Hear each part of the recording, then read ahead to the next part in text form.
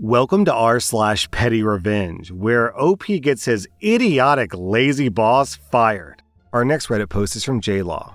I started my last job in 2017. I was a part-time warehouse worker who, over a few years, was promoted into a transport administration/management role. Me and another colleague ran our department between us, only really reporting to our then line manager if we really needed support with our job or time off. But other than that, our boss completely trusted us to run things on our own. It wasn't without its stressful days, but we had a really good thing going. Then, in 2021, the business made some changes, moved our manager into a different department, and we got a new designated manager just to manage the two of us in our tiny department. Naturally, we were quite bitter about it, but nevertheless, we thought that we'd give him a chance. He turned out to be an absolute control freak and a bully. But he was strange. He could be very supportive one minute, then a manipulative bully the next. He loved poking fun at the fact that I was in a car accident last year. He loved solely targeting me for bad jobs, and loved causing trouble between me and the other colleagues. Then, in March of this year, my girlfriend fell ill while pregnant and was forced to give birth to our son 6 weeks prematurely. It was an awful, traumatic experience, and I ended up having 3 weeks off work. When I returned, I had a mountain of work to catch up on that nobody covered in my absence. And when I tried to catch up on it, my manager pulled me away to do other projects for him.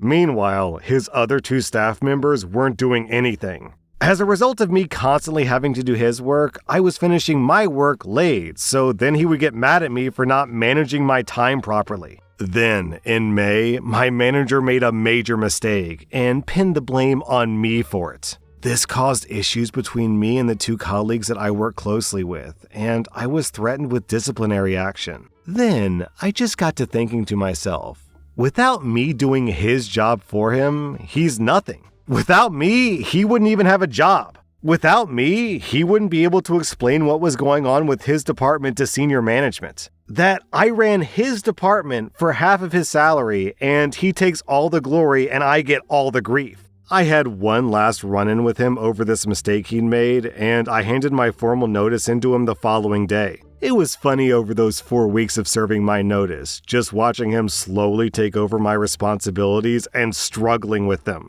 Those responsibilities that he often told me, I don't even know what you do during the day. He also had to do all those horrible jobs that he piled onto me. On my final day in June, I told my fellow colleagues that I'd give him 3 months before he either quits or gets fired. Within the first few weeks, the department massively failed their monthly audit, which got the attention of company directors who were sent in to investigate because this had never happened before. Then, 1 month later while I was on holiday, I had one of our senior managers calling me and texting me asking me for passwords for systems, because my manager had gone on vacation and he hadn't organized anything. I ignored them because I didn't work there anymore and I was on vacation. My old manager continued to make mistakes. He hadn't ordered essential items, which caused trouble for the warehouse. Clearly, he didn't have a clue how to do my job without me. Then, a month after that, he was suspended from his duties pending further investigation, because management finally realized that he just couldn't do his job.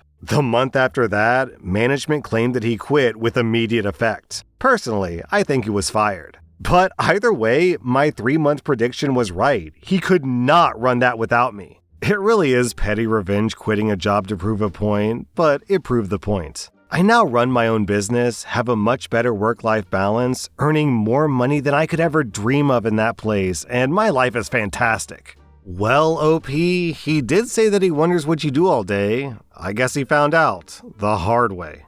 Our next Reddit post is from Throwaway. I used to work in a factory with a chick who was my age. I thought we were cool. I told her about a time that I used a cucumber as a dildo. I believe everyone has some wild, intimate stories, and it's nothing to be ashamed of. Her and my old team would talk about wild things all the time. We would laugh about it and move on. I quit that job, and 2 weeks ago I went back thinking I'd want the job again. I saw her in the break room, and I didn't say hi because I was talking with someone else, and I didn't want to be rude. I re-quit that day because I realized I still hated that job. I'm assuming that's why she told the whole department, not just my team, that I passionately hugged a cucumber. I found out that she told everyone last night through a mutual friend. Normally I wouldn't let this bother me, but the fact that she told everyone after I quit struck a nerve. Apparently because she felt entitled to me saying hi to her. We weren't even that close. I put up with a lot of BS at that job, and I'll be damned if I still had to after I quit. When I worked there, she cheated on her boyfriend, who also worked there, with a different coworker. Everyone knew about it, and they'd brag about it to everyone. I didn't get involved because it wasn't my business. So I found her boyfriend's social media last night, and I told him about her cheating. Now she wants to fight me outside of work, and the coworker she cheated with is mad at me for causing issues for him at work. We all warned him what would happen if they got together. The whole team is chaotic at the moment, which is why my mutual friend texted me. I'm sure my cucumber story isn't that important anymore. It's like what they always say, when you live in a glass house, don't throw cucumbers.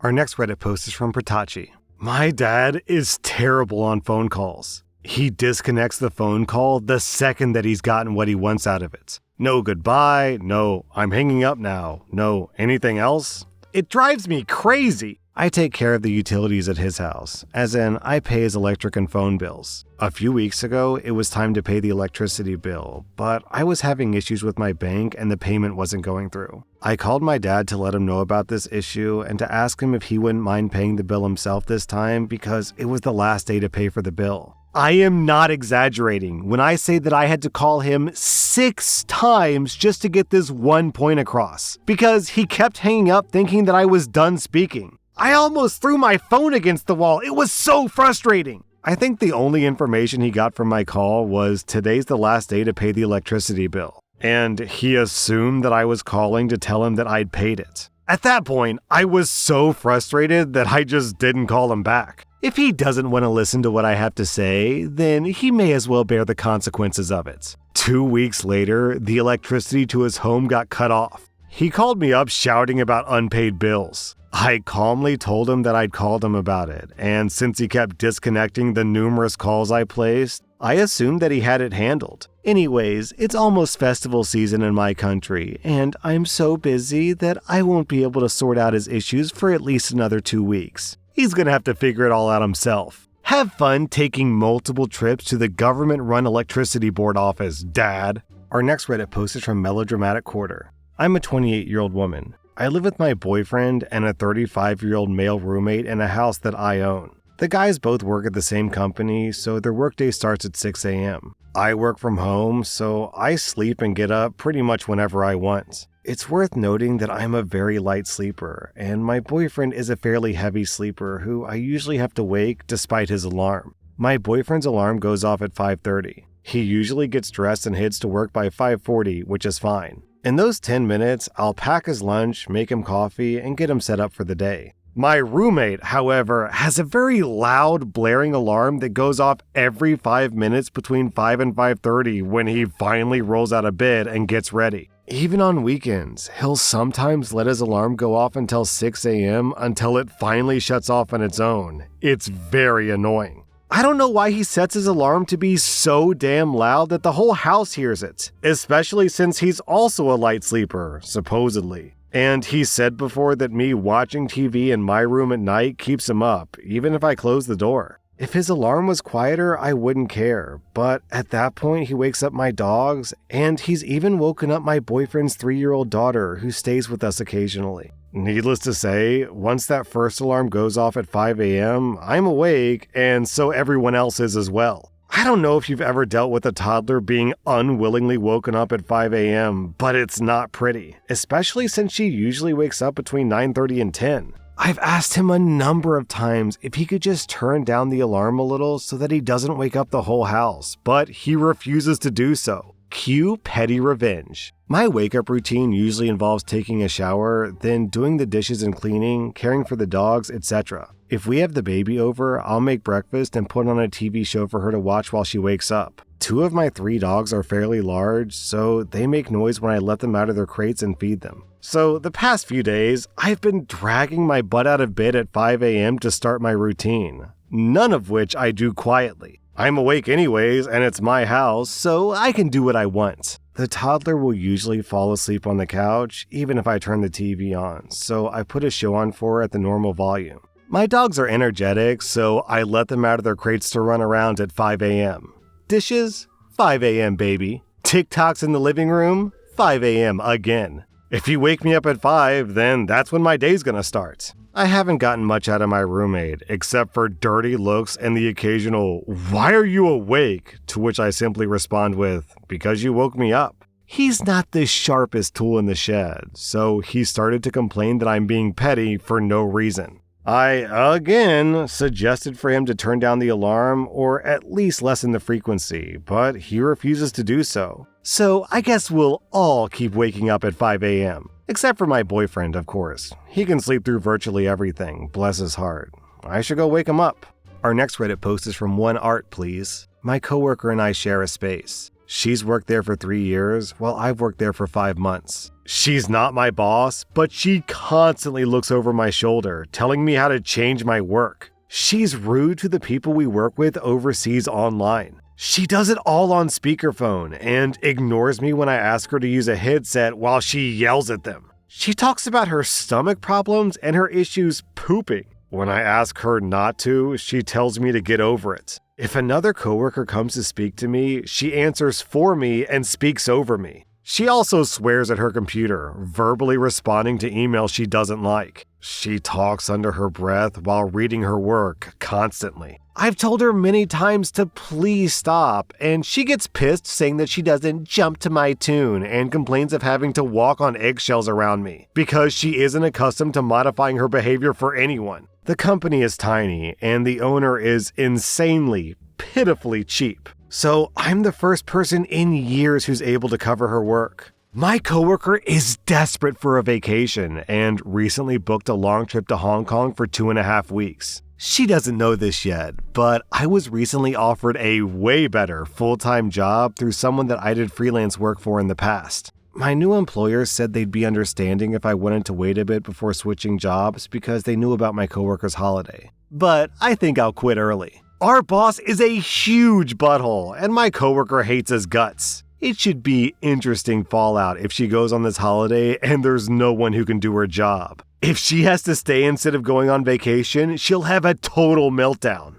Our next Reddit post is from 86Max. This is actually my dad's story, and it happened in the 80s. My dad used to travel frequently for work. On one trip, he boarded his flight, placed his briefcase in the overhead compartment, and took his seat while the rest of the passengers boarded and got settled. While he was sitting there, this entitled douchebag came back to Dad's row, pulled Dad's briefcase out of the overhead compartment, and asked Dad if it belonged to him. My dad said yes and accepted it when the guy handed it to him, thinking this douchebag was going to make some room for his own carry-on and then put Dad's briefcase back. Instead, this entitled douchebag put his carry-on in the overhead compartment, leaving no room for anything else, and then just walked back to his seat near the front of the plane and sat down. Rather than causing a scene, my dad removed the guy's carry-on from the overhead, put his own briefcase back, and then hit the flight attendant call button. When the flight attendant came back to check on him, my dad handed the douchebag's luggage to the flight attendant and said, "I don't have room for this. Could you check it, please?" To be clear, checked items are put down in the cargo hold with the rest of the checked baggage, and they need to be retrieved at baggage claim. When the flight attendant gave my dad a numbered ticket for the luggage, he just put it in the seat pocket in front of him and enjoyed his flight. My dad had already deplaned by the time the entitled douchebag came back to get his luggage and realized it was missing. I'm sure he found it, eventually. Our next Reddit post is from Mongrel. I'm a 41-year-old father of 3 kids, all under the age of 9. I've never been able to afford a vacation, let alone one without kids. I saved up for a very long time to take my wife on her dream trip to Bar Harbor in Maine. On the first night, after a day of amazing hikes and boulder climbing to scenic peaks in Arcadia National Park, we fell sound asleep until about 3 a.m. That's when I hear 2 women, like 25 to 30 years old, next door, squealing in the hallway and constantly opening and slamming their door. I was young once, partied very hard well into my 30s, and I have a ton of patience, so I gave them some grace at first. I didn't say anything. I fell back asleep, and 45 minutes later, they were even louder. I could hear them through the wall, and they were out slamming doors again. I get up to say something, and I miss them as they're going back into the room. Fully awake now, I notice the "please do not disturb" sign on their door, which I promptly snatched. Then I spent 4 a.m. to 7 a.m. reading in the lobby so I wouldn't wake up my wife until my wife texted me asking me where I was. After we got ready and went out for breakfast, I was there just in time to see the maid knock and enter the room to wake them up and heard their reactions. They were miserable and hungover. I gave the maid a tip of $50 and apologized for their rudeness. It's the least I could do for making the maid catch a stray bullet. So, if you're gonna wake me up on vacation, I'm gonna wake you up on vacation. That was r/Pettyrevenge, and if you like this content, check out my podcast where I publish the exact same episodes. Also, hit that subscribe button because I put out new Reddit videos every single day.